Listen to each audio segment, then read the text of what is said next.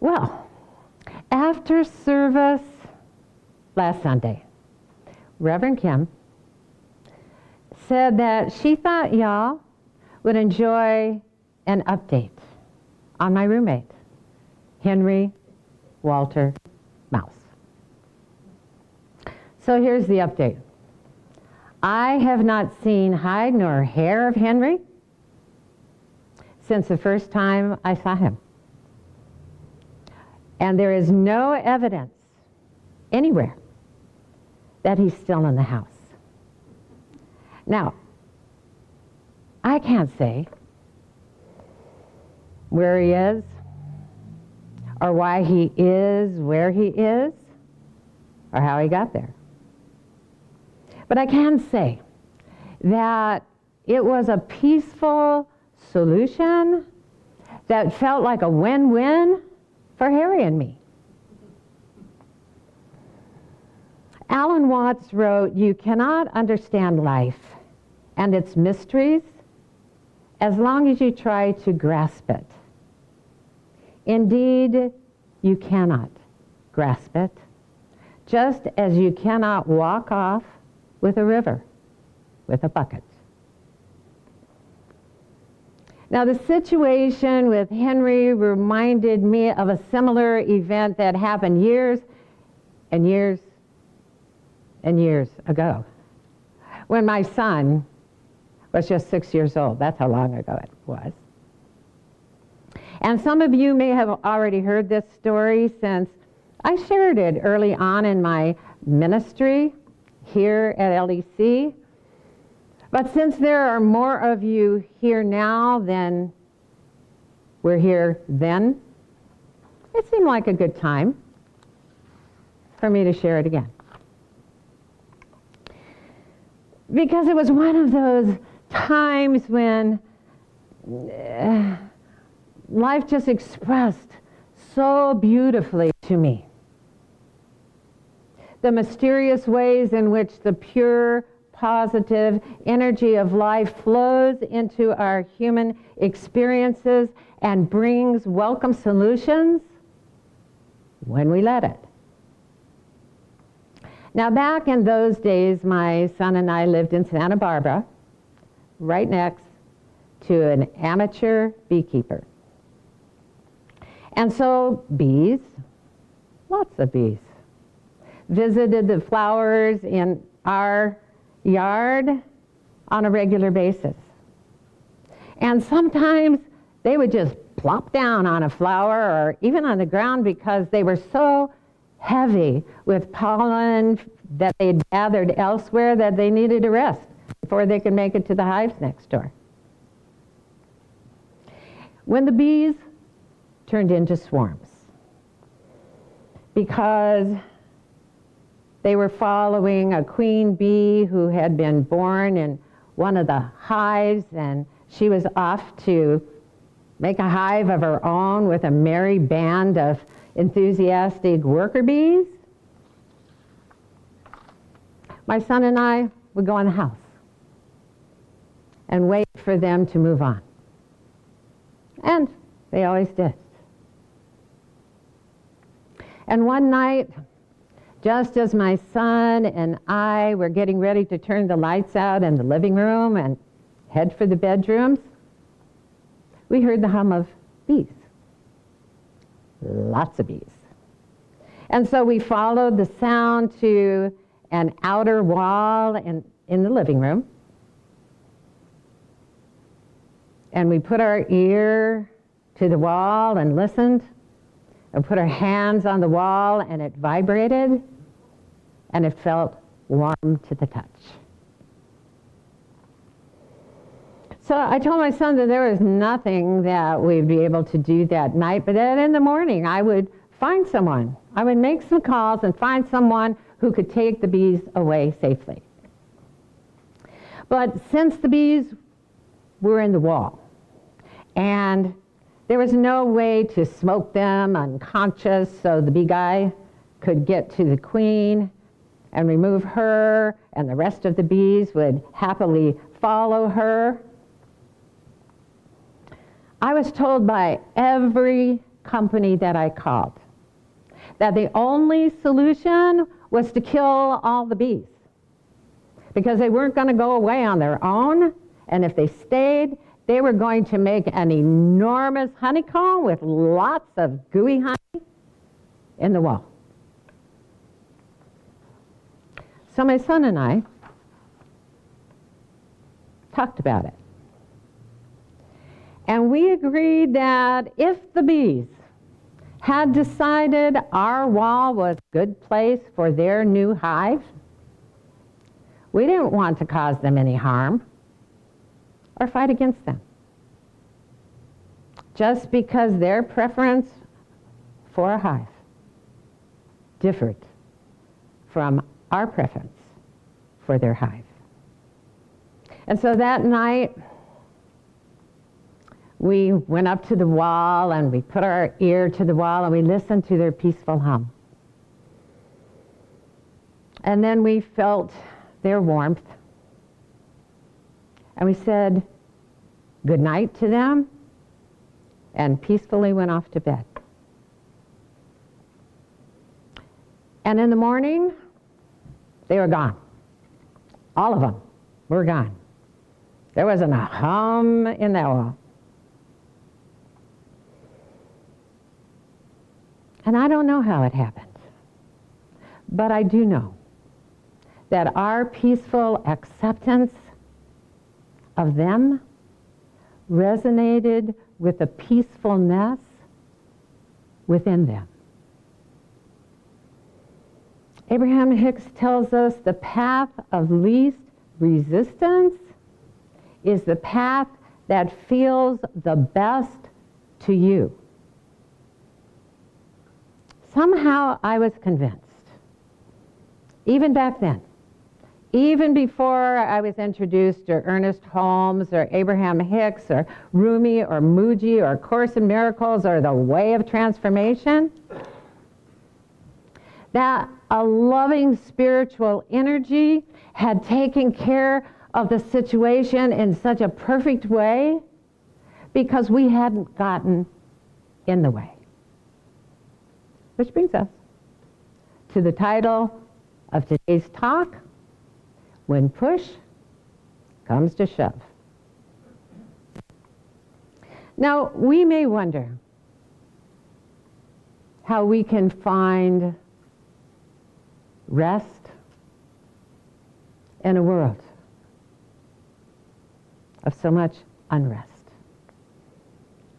With so many of us fighting against one another here in our country and around the world. With so many of us believing we're on the side of right. And even though we're divisive and angry and accusatory, filled with judgments and even hate, we claim to know what God wants.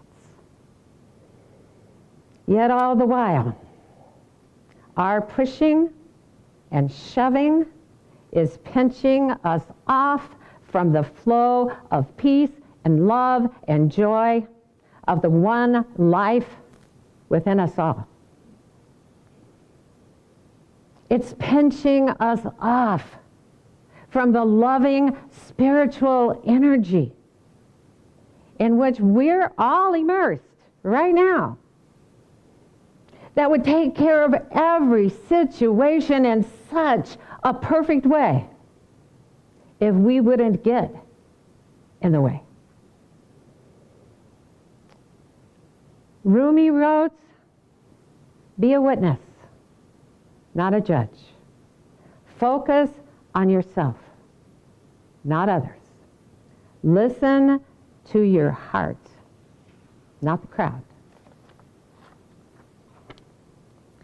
When something is personal to us, our reason to focus is greater. And when we choose to focus on ourselves and follow what feels good to us, which will always be the path of least resistance. When we decide to listen to our own hearts, we're able to tap into the power of source energy, because that is where all power is. It is within, and all other power is an illusion. Personal empowerment is feeling our oneness with our spiritual source. It's feeling our oneness with our inner being, that inner self of love, that beautiful presence which is the source of our outer life and the source of everything we see in this outer world. There is no other source of life, and it is always there to bring peace and rest to our mind and emotions, no matter what. When we're focused on a world of unrest and reacting to what we see in anger and disgust, we're not allowing the peace within us to flow into the world or into our personal life either. Muji wrote, "Don't waste time watching and reacting to the minds of others. Your own mind causes more trouble than the minds of everyone put together." It doesn't matter, though we think it does, what other people are thinking and doing and why. It only matters what we are thinking and doing and why. It matters how we are individually choosing to be with one another and see one another. The more fearful and angry we feel, the less source energy of love and peace we're able to let flow in to our awareness and to the world. If we're watching the news so that we'll be informed about this gathering and that happening, and we're reacting to this and that in a negative way, we're not helping anything. When we're trying to fix the world or people in the world, we're focused on the problems of the world that appear to need fixing. And when we are focused on a broken world, that's all we see. Because we see what we're looking at. I mean, it's a no-brainer to react to what we see. Everybody, or almost everybody, does just that. And then we argue with complete confidence that we know how things should be, without our conscious connection with the one source of wisdom that actually does know. When we're focused on problems, whatever those problems are, we're part of the problems. We're pinching off the wisdom of the source of love that flows with perfect solutions to all of creation, all of the time.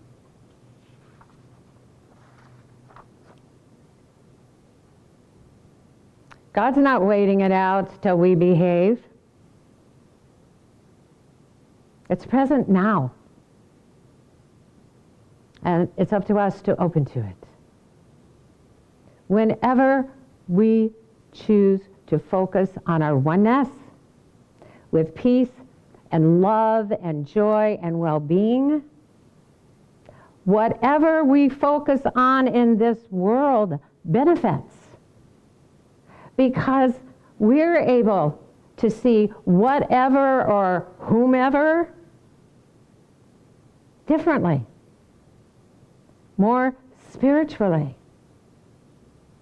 That's how we help the world, not by pushing against. Now, many people believe that there is strength in numbers, and that gathering together against whatever is where the power is. And it often looks that way, because a loud crowd makes a big deal with all that venting. We've all likely experienced at least once, and maybe many, many times, that it feels good to vent. When we hear someone say something, or we hear something on the news that we don't like and we disagree with and we get upset about. And when we want to vent and feel good, we don't want an argument. We want agreement. And so we let it out, often with a shout to someone or a group who's likely to agree with us and commiserate with us. We're looking for collaboration, cooperation, validation, and the substantiation of our opinions.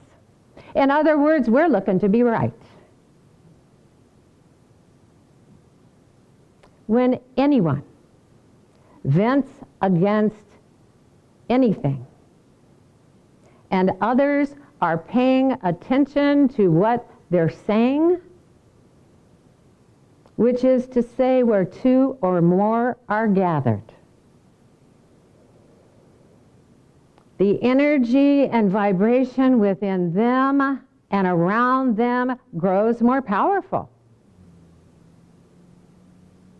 And because it does, it even feels to them as if they're accomplishing something. And they are. They're accomplishing, creating more of what's unwanted.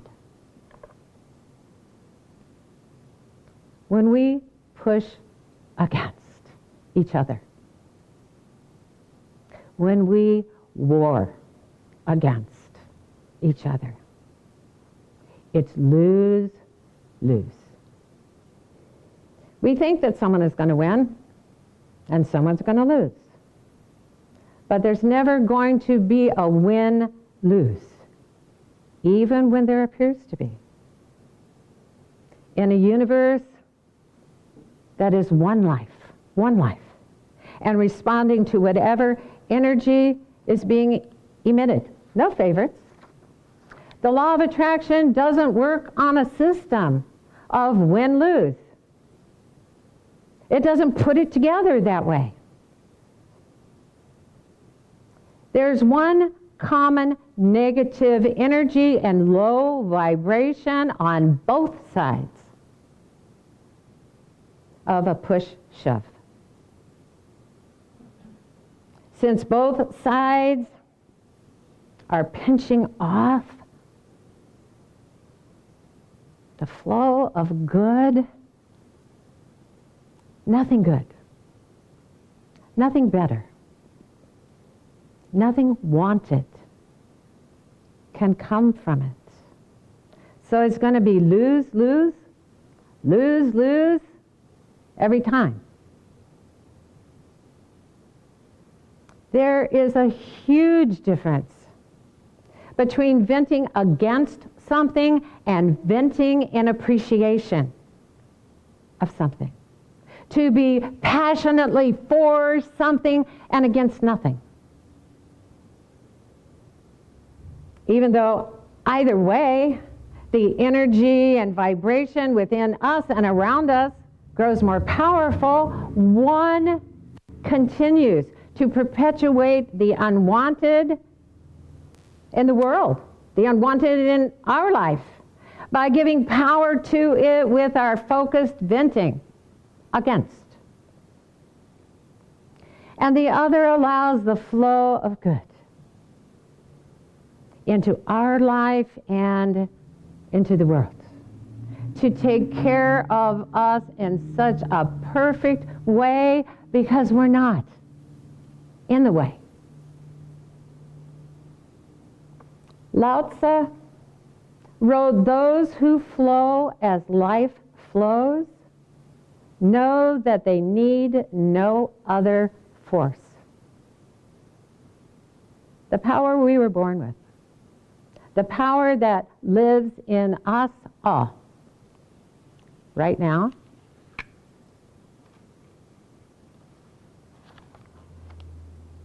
is more powerful than all the collective opinions of every human being on this planet, including our own opinions. The pure, positive, powerful energy of the source of life that is everywhere is eternally ready in each moment to enrich our life in every way when we're ready to allow it to. Abraham Hicks tells us the path of least resistance is also the path of greatest joy, of greatest clarity, and the most fun. So when it feels like that, you're on it. We're on the path of least resistance when we're not doing the pushing and shoving that causes resistance. So here's a question for us to think about this morning or any time or all the time. What if we were willing to just let go of the fight, to put down our shaking mental fists against, without the resistance caused by our anger and our judgments and our righteousness? The source energy of the love that created us as one life together would flow into every situation by being the presence that is the solution to every situation.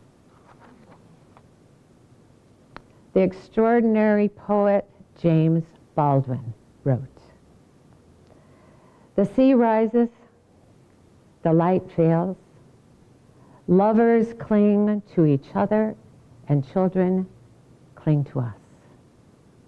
The moment we cease to hold each other, the moment we break faith with one another,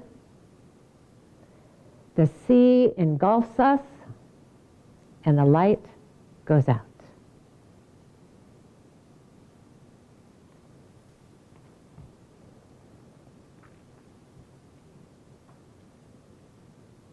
That light is in every one of us on this planet, no exceptions. But it's up to each of us, no exceptions, to let it shine without dimming it with an argument. We can tell when we're connected to the source of who we truly are. Because we feel our joy and we feel our greatest clarity and we feel light and free. Then, and only then, are we willing to live and let live. Because we know that God is all there is to all that is. We've each got to take a stand in our individual version of love and peace and well-being in order to be of value to anyone. Namaste.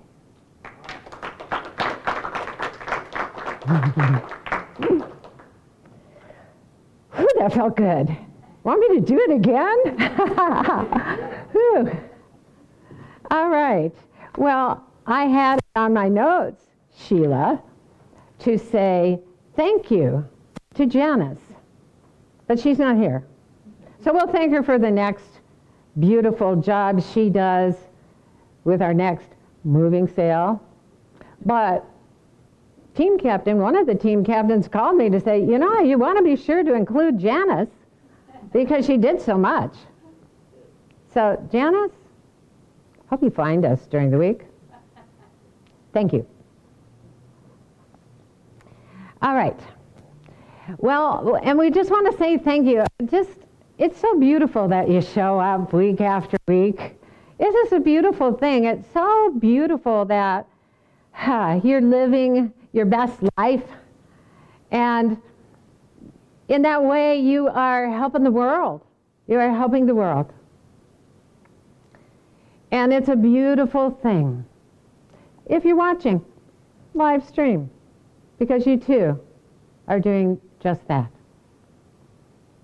You're wanting to be more and more of the being that you suspect you are. And so we love what we do. We love gathering together and being for something and against nothing. We love gathering together and being in appreciation of each other and this life that we're living. There is just so much good. And if you want to join us in some way, or just feel a part of things, or maybe you just enjoyed today, and maybe you'll never come back.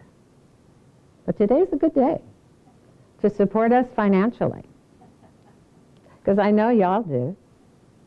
And if you haven't so far, and you're going, geez, what does that treasurer say every week? Well, she's here to tell you again. Here's Dr. Jamie Phillips.